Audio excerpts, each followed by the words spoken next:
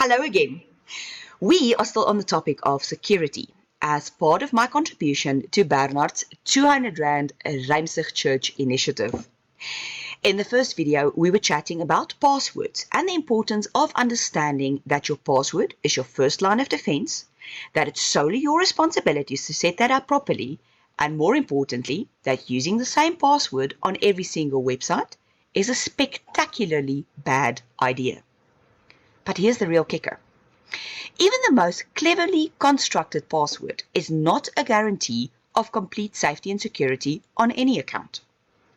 Now, while using a paid application like 1Password we discussed in the previous video is absolutely brilliant for both security and convenience, there is a layer of security that you can add to practically any account, and the best part, it is completely free. This is called a 2FA. Now, what is a 2FA? 2FA stands for two-factor authentication. So when you just use a password on a website, that is referred to as single-factor authentication, or a SFA. That purely means that when you log into a particular website, you enter your username, you enter your password, and you are granted immediate access to that website. The difference with a 2FA is that it adds an additional layer of security, because the user has to provide another confirmation of his or her identity. This is done by means of an app that generates a 6-digit time-dependent code. Right in the beginning, when you register on a particular website, you pair the app that gives you the code with the website, and from there on, that is where you will get the code that adds the extra layer of security. But now this is where it becomes interesting to me personally. Most websites, when they suggest that you activate a 2FA, would only suggest that you download Google Authenticator as the Authenticator app to be used to generate the 6-digit code. However, I have no problem with Google. I think they're an absolutely fantastic company. But it's always important in life to consider options and to just do a little bit more research on what is available out there. Personally, I have been using an app called Authy, and I want to run you guys through a very basic comparison of Authy towards the Google Authenticator app. Now, Authy to me is the personal choice because of the functionality and the abilities that the app actually has.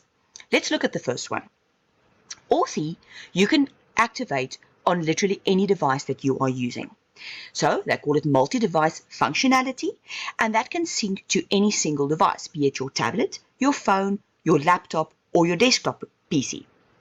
Some people might see this as an actual security issue, but it is also a feature that you can turn off. So it's not something that you have to have, but it is a very, very nice to have, and well, for the following reason. In the event of a stolen or a lost device, if your multifunction device is actually activated, you can literally deauthorize a specific device by logging into any of your other paired devices, and there's no security risk at all. Google, however, is tied to a single device, and to make it worse, it is only available for mobile devices. Now, for you Apple enthusiasts out there, I know for a fact that Authy can even pair with your Apple Watch. That is how far they are developed in their process. What I absolutely love about Authy as well is the fact that it has encrypted recovery backups. Now, where this became relevant to me is when I had to help a friend that her phone got stolen, and we had to figure out how in the world are we going to reset all the accounts that she has 2FAs paired, but with the particular phone that was stolen.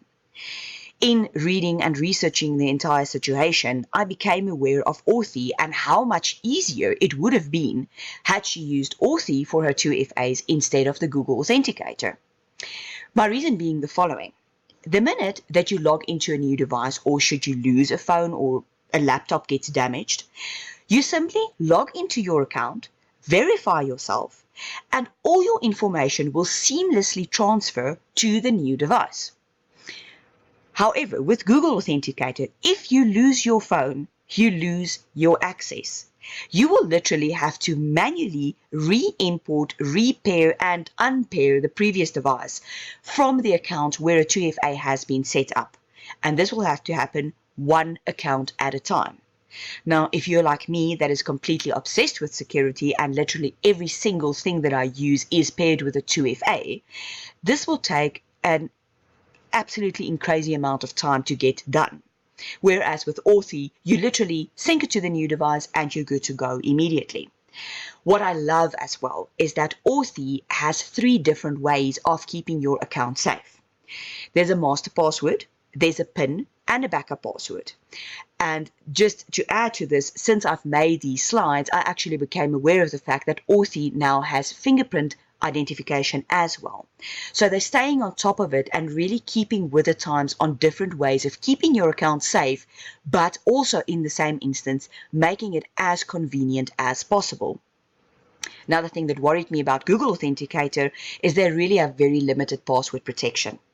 Now, at the end of the day, I'm not saying Google Authenticator is not a good option. Please, so long as you have a 2FA activated, I'm a very, very happy chappy.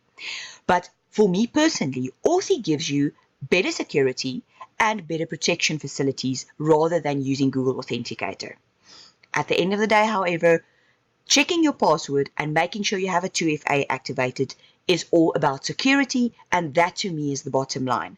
You're most welcome to reach out to myself or to Bernard if you have any questions. We would love to help. Have a super blessed day and take care of your accounts.